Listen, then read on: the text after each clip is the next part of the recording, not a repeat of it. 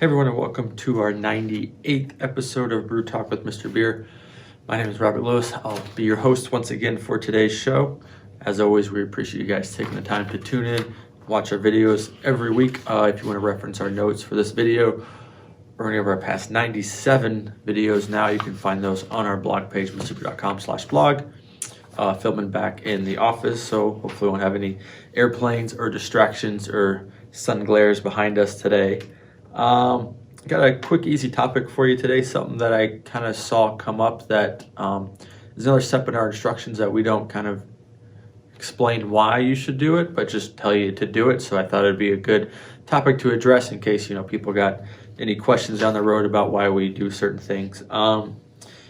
So today's topic is why you should add your booster to cool water and not to boiling water. This is, the step in our brewing instructions if you're brewing with any of our standard refills, or for the most part using anything that has a booster. I think that follows the recipes as well, but I'm not 100% certain on that. This step may seem a little counterintuitive to most. You would think that things would mix easier in hot liquid. It just kind of makes sense, but that's not always the case with this. We're always testing and working on ways to help our brewing process improve, make it simpler, make it easier, just make it smoother from start to finish. So we're always kind of messing with ideas here and there. So anytime we do kind of updates to our instructions, we go through and test everything. I think we did this, was it 2.5 or 3 years ago that we updated our instructions. And, one thing we found was that, in those tests, it is easier to mix the booster in kind of cool water than it is into the boiling water. So that's why, when you're following your brewing instructions, what we have you do is put your 4 quarts of water into your pot, or 2 cups, I can't remember. I'm going to mess this up, but you put your water into your pot, then you turn the heat on, and then you start to add in your booster. So the water's kind of gradually warming up, but it's still cool, but it makes it easier to mix that booster. If you're going to wait until the water's boiling, then add your booster. In our experience, it just kind of makes it difficult to stir, and it kind of seizes up and clump together real easy, so it kind of causes some issues there. So the cool water makes it easier to mix the booster than hot water does.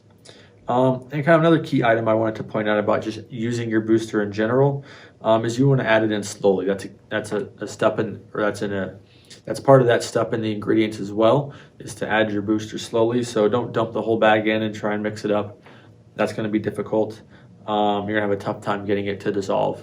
I use booster the same way I use DME. I cut the corner of the bag open, slowly sprinkle in some, mix it up, sprinkle in some more, mix it up, and just keep going on that process until both bags are mixed and fully dissolved. It makes it really easy. I know sometimes we're gonna add an extra bonus step here that's not in our notes. Sometimes you can get a booster that is really hard as a rock. Which is what happens over the course of time with sugar. Usually we don't have that issue anymore. It's more of an issue if you find something that's really old. So if you're grabbing something at like Goodwill or from a garage sale, always check your datings, always check everything. But there's a case where the boosters can be solid. And that's just kind of from some moisture in the air that kind of gets into that packaging over time. It happens over several years. Now it's not really an issue anymore. Like I said, with old packaging, it was an issue, 5-6 years ago. And you can still use it if it's solid, it just takes a while to dissolve, so you can try breaking it up. I've heard some people, they throw it in their blender with some water and blend it up. Works really well. So if you got a solid booster that's hard as a rock, you can still use it. It just takes a little more effort to break it up. You got like a potato masher, just go to town on that thing. It'll bust it right up. It's going to wrap it up. It was kind of a quick video for you guys this week, but something I thought that would be good to cover, especially for future brewers as we're approaching, Father's Day in about 2.5 months now. If you enjoyed this video, please make sure to like the video. We appreciate the likes, the comments on it. If you want to share it as well, that's always helpful. Make sure you're following us on all of our social media platforms. We're most active on Instagram, Facebook, and YouTube, and we're just at Mr. Beer on those platforms. Pretty easy to find us.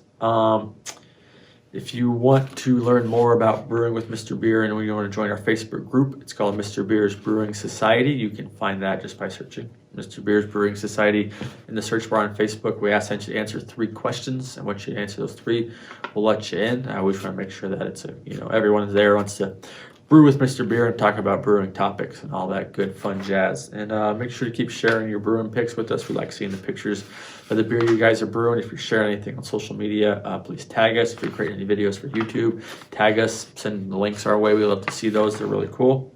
But yeah, that's going to wrap it up for this week. We have a kind of cool sale going on near the end of the week, so check your inboxes on Friday for a St. Patrick's Day sale, which is a week from today, I believe. That's going to wrap it up. I'll talk to you guys next week. Cheers.